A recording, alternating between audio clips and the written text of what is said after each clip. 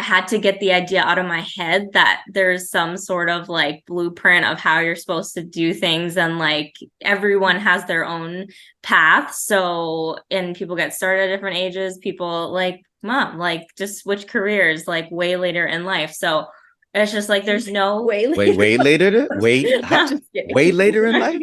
Wait, when you say that, what do you like way later in life? Okay. Okay.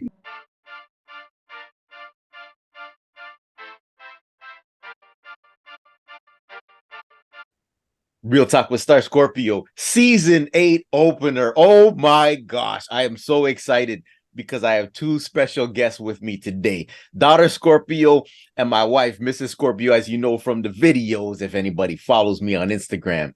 Today is a special episode because we're going to talk about all things school and career, because my daughter was in school. She's going to talk about it. She was on my podcast in season 2, I believe. When she was in university, and she had a career path change. So she's going to talk about some exciting news that happened there. And then my wife actually decided to go back to school and change her career and what she was doing. So Carissa, Tasha, welcome to Real Talk with Scorpio. How you doing today? Hello. Good. Hi. Good. I know we got to go to Rib Fest, so we're going to just do it up right now. So first thing I want to talk about, it's 2 different stories, but we're going to see how they come together. But first, Carissa, let the people know, after high school, you went to university for what? So I started out in psychology, and I was pretty set on that from like grade 8. So I kind of locked myself in a box there. And yeah, I started off in psych. Okay. And how did you like it? I know we already did this podcast, but tell the people, because the first year is you're new to it and everything, and your second and third year, tell me that experience. And did you know by third year that you wanted to change careers, or let the people also know why you decided to get into this new venture? Yeah, so psychology was really interesting. I did like the stuff I was learning. There were so many cool classes that I took.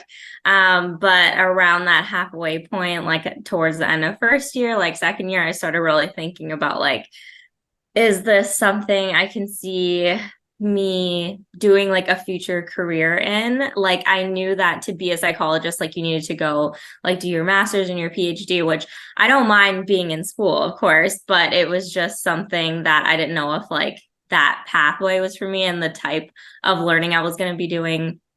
I don't know if that would suit me. So I started to have a lot of doubts, and it was really stressful being like lost and not knowing what my future was going to look like. And then while these thoughts were going on, as you guys know, of course, our dog Abby, who almost made it to 12 years old, she suddenly passed away. And that was a really, really rough experience for all of us.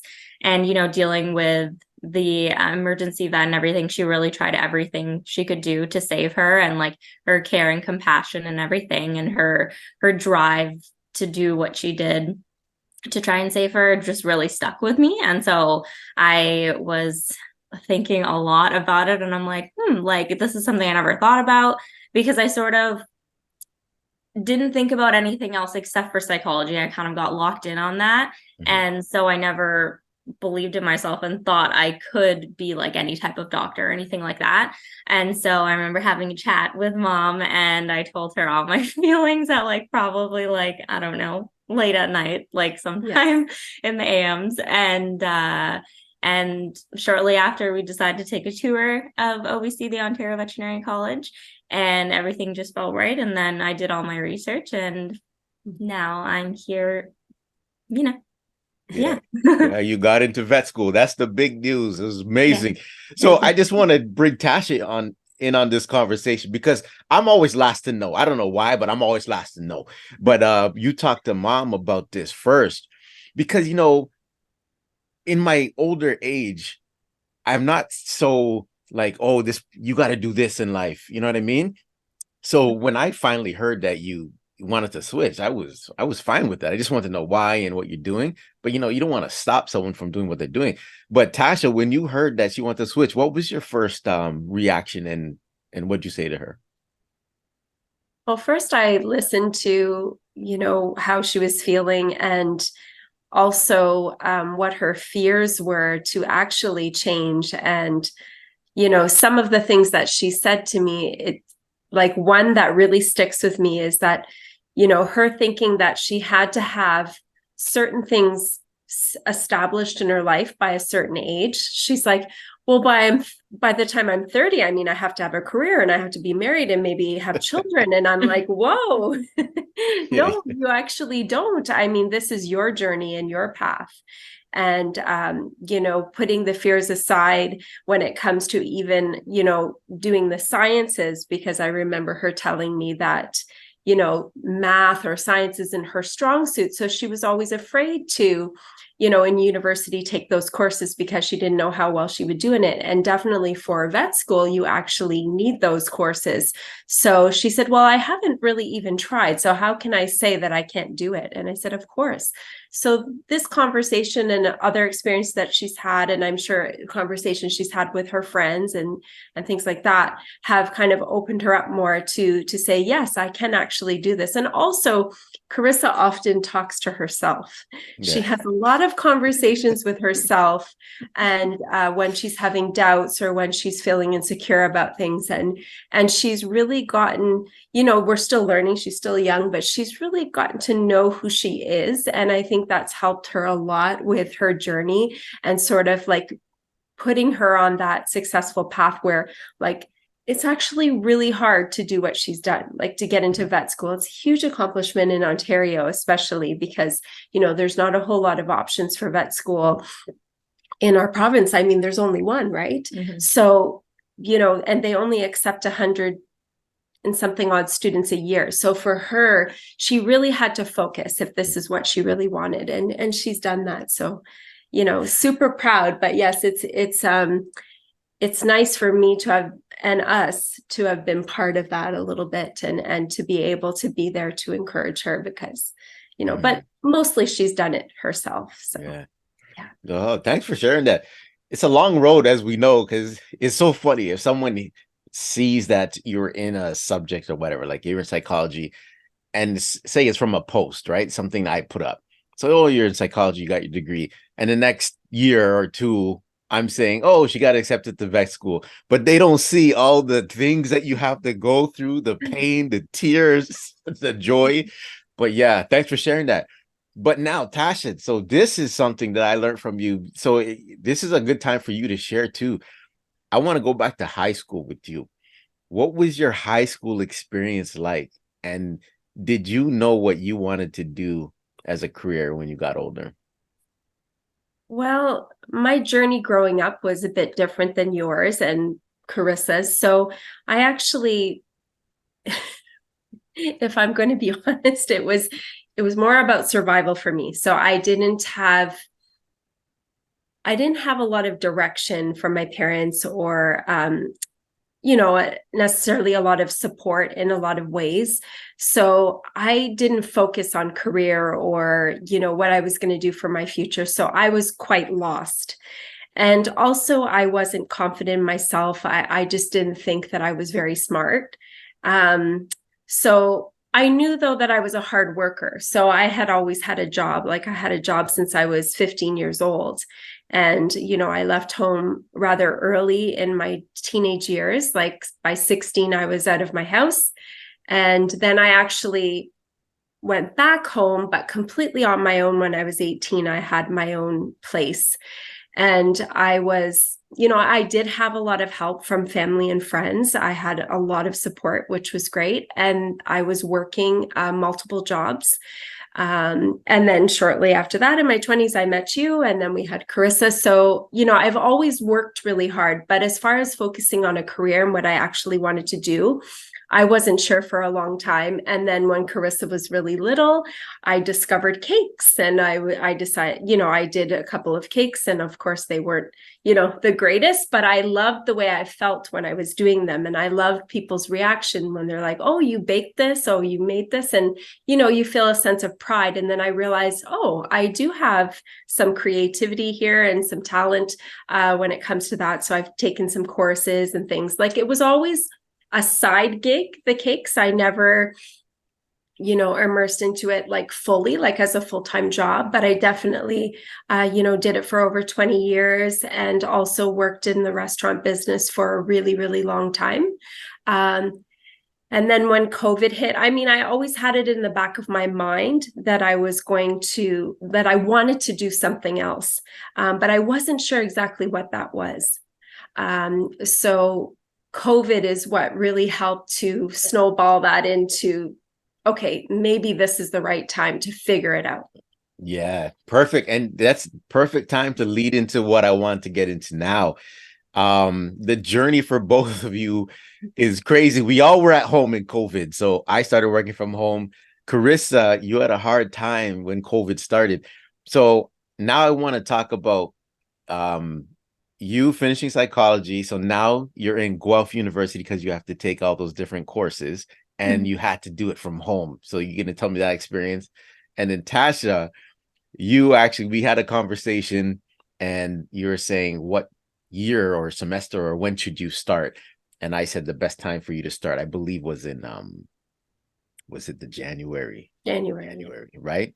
But yeah, so let's get into that now. So now both of you are on this new trajectory. Carissa, you're trying to get into vet school, and Tasha, you're going back to school.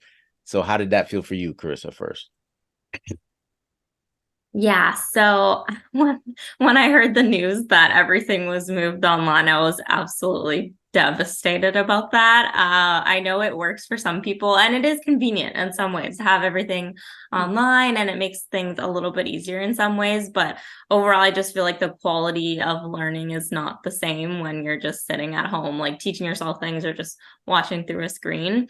I like that like face-to-face like interaction, and I think what makes it hard too is like separating your home life and school, like whenever you're just sitting in the same house or the same room all day long studying. So there's some long days, especially first year is not the greatest just because they make you take all the general courses like chemistry, physics, which will be the death of me. I'm so glad I never have to take that again.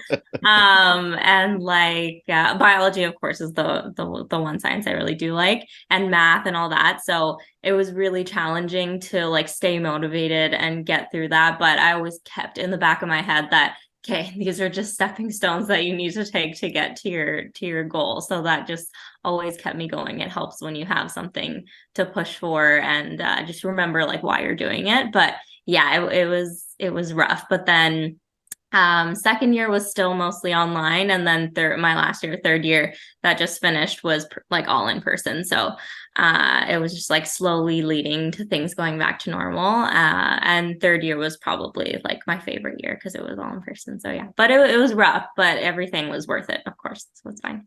Yeah, you gradually move from online learning to full in-person learning. That was crazy. Yeah, so in Guelph, and you got your place there. And now Tasha, how was it for you? Because you weren't in school for a while, right? So how was that experience for you? And let the people know this was your first time in college too, right? Yes. So I had never been to college before. And so for me, the experience was a bit different with online because I didn't know any different. I hadn't been to college in person. So for me, online was just the norm because that's what we did. So my course was 4 semesters and it was 2 years. So for 3 of them, I was completely online. And the very last one, I was mostly online, but some in person. So at least I got to experience a little bit of the college life. But one of my favorite memories in the first year was that our room, so I have the green room was where I did all my studying, and Carissa's room is just right across.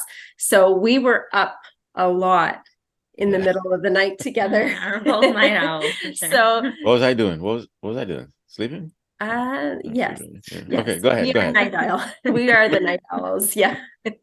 So sometimes we like would do stretches together or something at like 3 o'clock in the morning. So it was kind of nice, like to be with my daughter, like, while we're both studying. It was a nice experience. So it was a little different when she actually went back to school and I was alone and I missed my little partner.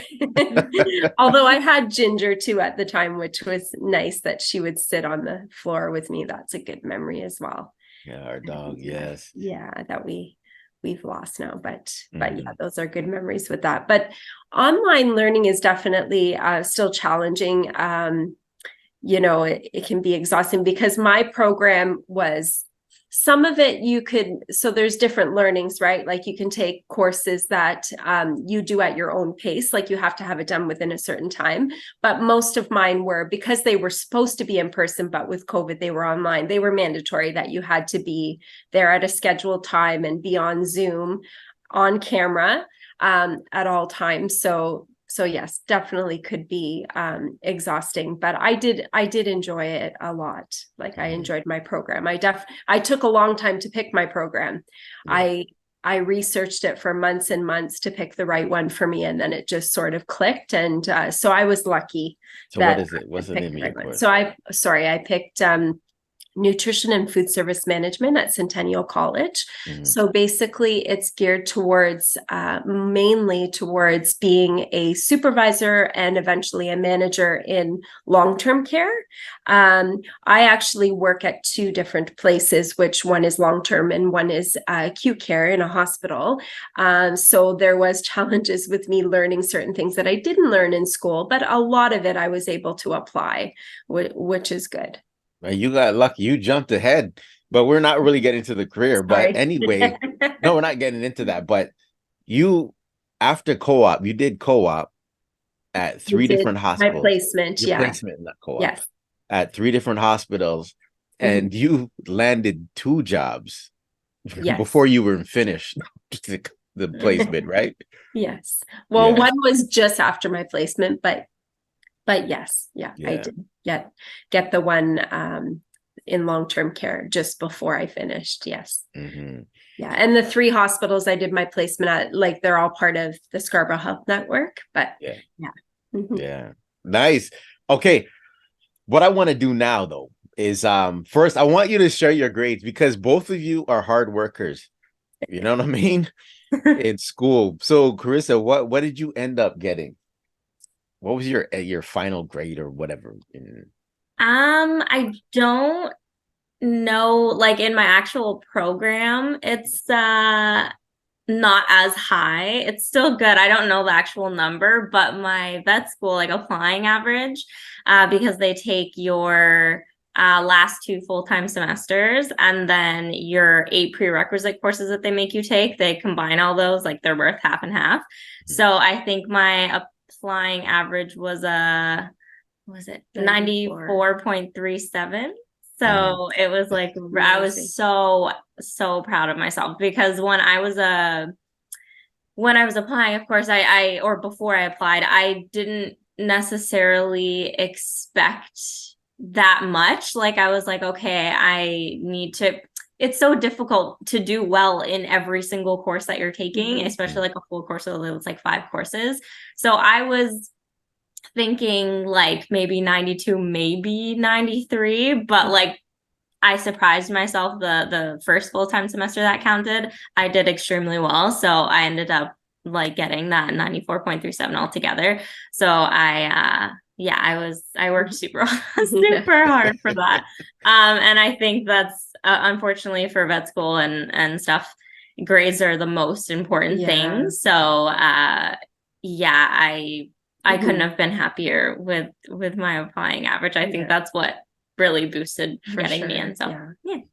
And then Tasha, you won an award too, but because I'm firsthand witness of how much you studied and did all the group projects and the PowerPoint. You learned everything again. You know what I mean? The Microsoft Office, everything, and you became a master of it in the presentations. What was your first of all? How proud were you of yourself? And then what was your grade point average, and what award did you get? So I'm definitely proud of myself, but for me, I'm so tough on myself more than anybody. I just, it's never enough. I don't know. I'm not like that with you, right? Or with you guys. It's just for me personally. So I did do very well. I graduated with honors, and I did get an award for having just being the top student in my program. Just being the top student. It came with a grant. It came with a grant too, right? Yeah, I got a little bit or of whatever money. you call It it. was really nice. Yeah, it was really good. I was bummed though that in the end, because of placement, I was like 1% off of having high honors. I know it's so ridiculous and stupid. Like I would have got a job regardless. It doesn't matter about that. But for me, like just working so hard, I was just like, oh my gosh, 1%. I had my what do you call it? The GPA? Yeah. So my GPA it's at a 5, and I had a 4.28. So I did have a 4.3, but when I got my placement mark, I got an A. If I had gotten one more mark, I would have had an A plus, and then I would have been a 4.3 something or other, because placement was worth so much. But anyway, I need to eventually get over it. It's really not a big deal, but anyway, overall, I'm very proud of myself, because I always had those doubts in my head. Like when Carissa was talking about her son, like we were talking about the sciences and maths, I always thought in school, like I'm terrible in math. Like I just don't have it when it comes to math. And we had to take quite a few math courses, because to be a nutrition and food service manager, you have to look at budgets, you have to look at the numbers. So I had to take math in every semester, and I was really nervous about that, but I ended up doing really, really well, especially in the second to fourth semester. I was actually helping other students understand concepts and things like that. And I never thought that about myself. So above all the grades and everything, I think the thing I'm mostly proud of is that I was able to help others, because that's what I thrive on. I love that part of life. And there was a lot of students that were international, most of them actually in my program. And, English is not their first language, and they're very bright young people. And they've inspired me and taught me a lot of things. But I was able to, just kind of coach them, because I've lived here all my life, and just kind of give them insights of, how we learn here, and how, what the expectations are. So that, I think, of all my accomplishments, I'm most proud of, that I was able to guide others and be an inspiration, hopefully, to them. Yeah, you're a leader. Okay. The last thing we're going to do, I have 2 questions here, three questions, and then we're going to do the Star Scorpio choice question. And then I'm also going to donate to a charity today as well. So you're going to come to a consensus of what balloon you want me to pop. Okay, first question. And Carissa, you go first. It's all related to school and things like that. Do you find you are your worst enemy? And answer how you want. And I'm talking about with grades, studying habits, negative talk. I feel like maybe before, but not now. Because I would say before, like we mentioned earlier, I didn't believe in myself, and I didn't give myself enough credit. And that's why, I'm 25 now, which is like, it's no problem to be starting vet school at this age. There's like a bunch of age ranges that get started. But, part of me when I was first starting, I really wish that, I just wish like I knew this before, because then I've done, like, at this point, I've done 6 years of undergrad. By the time I'm done vet school, that'll be 10 years of school. So part of me, of course, wishes, like, I wish I knew just like right away. But of course, everything happens for a reason, and it turned out it worked out for me either way. But yeah, it's just, I didn't give myself credit and believe in myself before, but once I pushed that away and I gave myself a chance, that was the only reason I was able to get to where I am today and to have succeeded. So now I feel like I'm just like my biggest cheerleader. So I always, I always push myself, and I remind myself how far I've come and all the hard work I put in. And I'm just so proud of myself to be getting exactly what I wanted. So yeah, I don't believe I stand in my own way anymore. So. Nice. And now, Tasha, do you feel like you're your own worst enemy when it comes to grades, studying habits, and negative talk? Sure. Yes. Mhm. But I think too, like Carissa, over time, you do get better with that.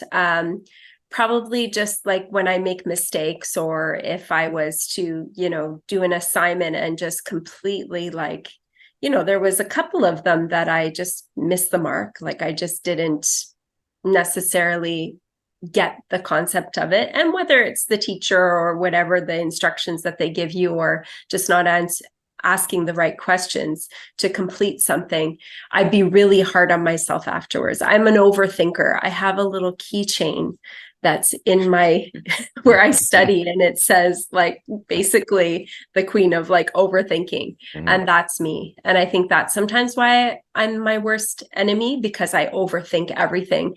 And I always have to remember that even if I overthink something that has something to do with someone else, and I think they're upset or something like that, like they've moved on with their day, like they're done with it. Like whether it's like a group work, I worked with someone and I thought maybe I shouldn't have said this or done that, and then but you realize that other people are not necessarily thinking about that, they're doing something else. So I have to kind of ground myself and realize that those are little things and that I just need to move on. Nice. Okay, this is actually you both of you kind of answered the third question, so I'm not going to ask that. It's like what made you what helped you make your decision. So we kind of understand what why you got into the line of work or school, whatever that you did. But this second question for Carissa, it's advice for young people in school, and for Tasha, changing careers when you're older in life. So Carissa, first, what advice would you give someone that wants to change their career path? Or what do you call it? Like your major in university or even college?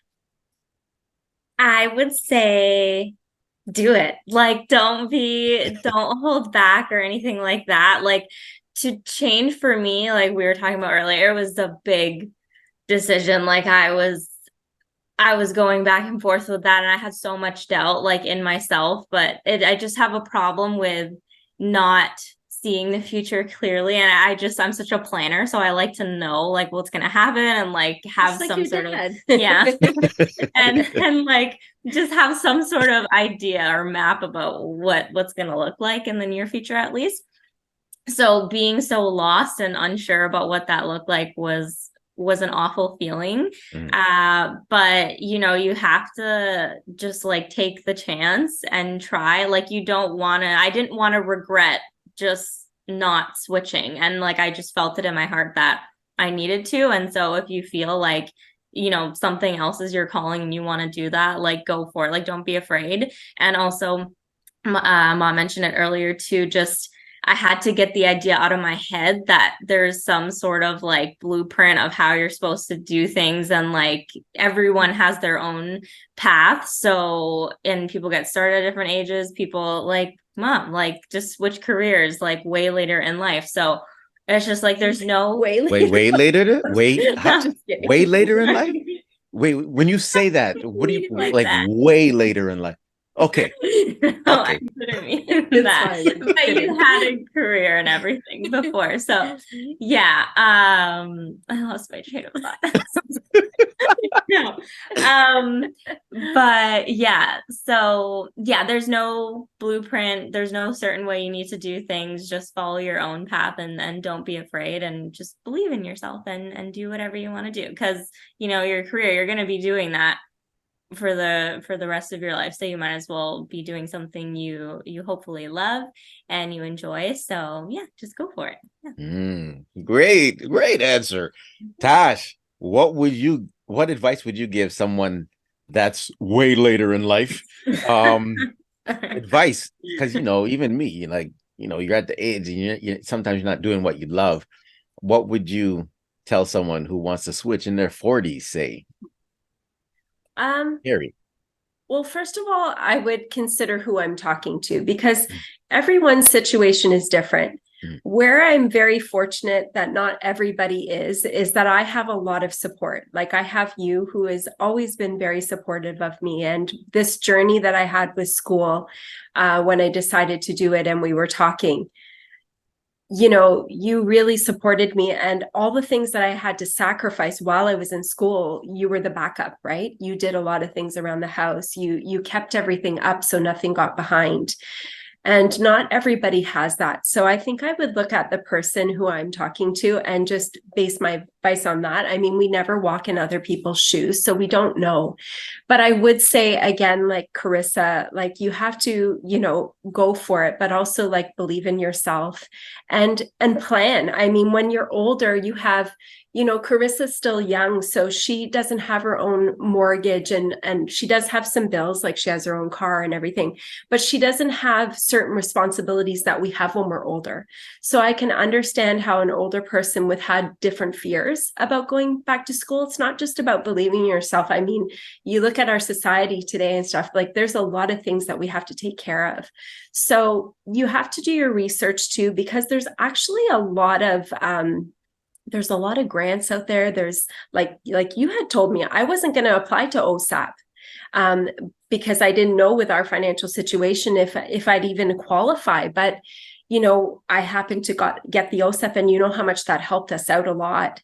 And you know, it did come with grants. So like definitely do your research and look into all the things that they do offer people starting a second career. Like look at the government websites, things like that, because there's a lot of resources out there that people don't know about. So I would definitely say that, and just say like also give yourself grace, right? Like we've heard that saying before, and it's so true. To like give yourself a break sometimes. My instructors, like many of them, said that to me because they seen how hard I work, and they said, Natasha, sometimes you just have to give yourself a break, because regardless if I get an A plus or a B, like you're going to graduate, and you know you're going to learn, and no one's going to ask you what your grades are when you apply for a job, right? So we have to consider those things too. The last thing we're gonna do, both of you are gonna choose. Carissa, you go first. And last time when we did our interview, the Star Scorpio question, I know which one you got. Let's see what you're gonna get this time. Or should I just say you should answer the other question? Is it still the same question? Yeah. I guess. I don't know. I guess we can answer the other one. No, let me see what you would choose. No, let me see. Blue Jays or Raptors? Raptors. No. Okay. So I'm gonna ask this question. So I think I know you answered the other one. What was the most memorable moment of your life? Yeah. And it was the placement or something at the veterinarian you met, right? Yeah. So this one now. Name one challenging thing you had to overcome in life. Lots. There's lots. But the thing that stands out, I guess, would be when I first decided that I had to or wanted to switch career paths. I had to accept the fact that I did not have certain high school courses. Oh, yeah. And I had to retake grade 12 chemistry to boost my mark. I had to retake grade 12 advanced functions to boost my mark. And I had to take grade 11 physics. And so that was very upsetting because I was like, I hate all these things and I got to do all this all over again. But it was this really cool, I forgot what the program name is. I think it's ILC or something. Mm-hmm. They have options where, because my biggest fear is, oh my God, I don't want to be sitting in a class with a bunch of like 18-year-olds. Like, this is weird. Yeah. So thankfully they had an option where they had online courses. So I was able to do all of them online. But again, as I've said, I do not like online learning.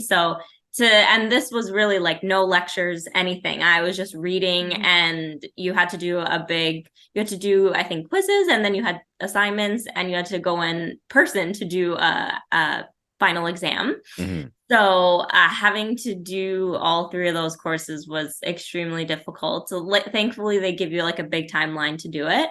And the last course that I finished, which I think was either math or physics. It happened just before COVID started. So thankfully I got to finish all the exams and I passed everything.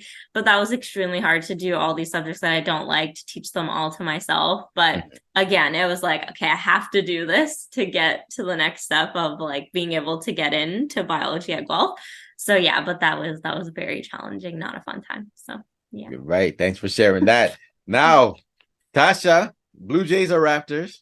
So is this question geared towards the careers and stuff like that? No, this is just in life in general. The Star Scorpio question Okay. that I ask everybody. Okay. Blue Jays. What is one of the most memorable moments of your life? Oh, the day I was born.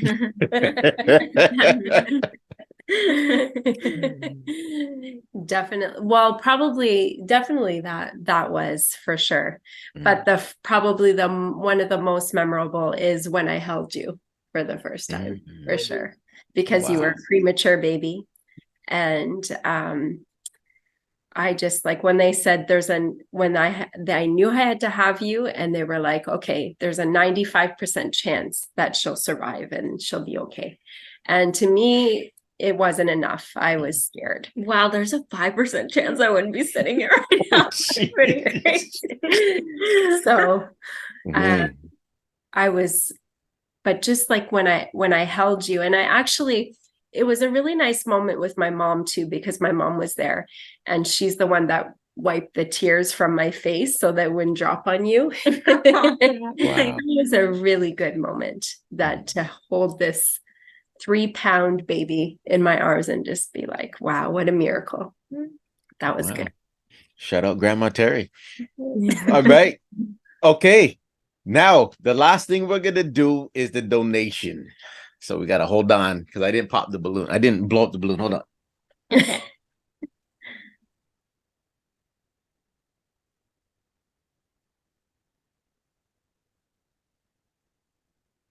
Oh my gosh, I got so scrambled up in my head. Sorry about that. No, it's okay. Sometimes when you're talking, you're just like, and then you're like, saying, yeah, well, it's the question. Okay, stop.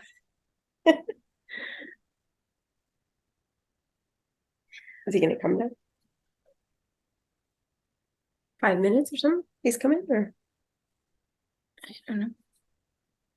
What did you say to him? I said, yeah, you can come down. Oh, because we just have the last bit to do. Because he called me. Oh, okay. And I had to. You're so good at answering questions. So are you. Thank you.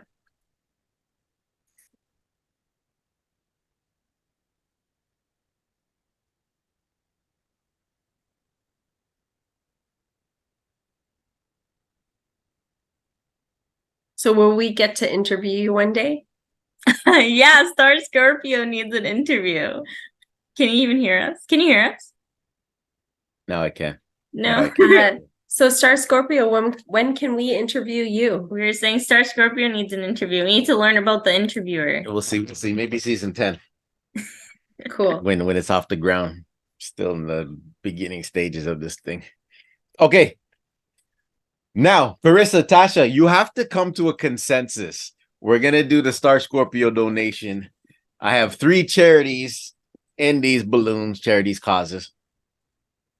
So we have Claus, Kawartha Lakes Animal Wellness Society. We have Make-A-Wish Foundation, and we have the Fundraiser Warriors. Which balloon do you both want me to pop? Let's see if we would pick the same one. Okay, sure. So are you either gonna say it? We'll say it at the same time. Yeah, say it at the same time. Let's see what happens. It would be embarrassing if it's not the same. If it's not the same one, you have to come to a consensus. Okay. So wait. So left, middle, or right? Okay. Okay. 1, 2, 3. Middle. Oh my gosh! Are you serious? Mother, daughter. Okay. Oh, so what charity do you think it's gonna be? Or No, I have no idea. I don't know. Just clap it down. Know. You know what I think? Should I say it before or say it after? I don't know. Say it before so we know you're not cheating. Yeah, I would think it's the fundraiser warriors, but we'll see. Oh, okay. I was thinking maybe the Oh, yeah, I the heard that claws one. too. Yeah, we heard it. Season 8, episode 1 on the special episode with the Scorpio family. Oh my gosh. You're not gonna see it.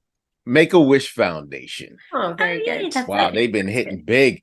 So I'm using the same 3 charities as I did last season because I like these causes. I'll maybe change in 9 or 10, season 9 or 10. All right.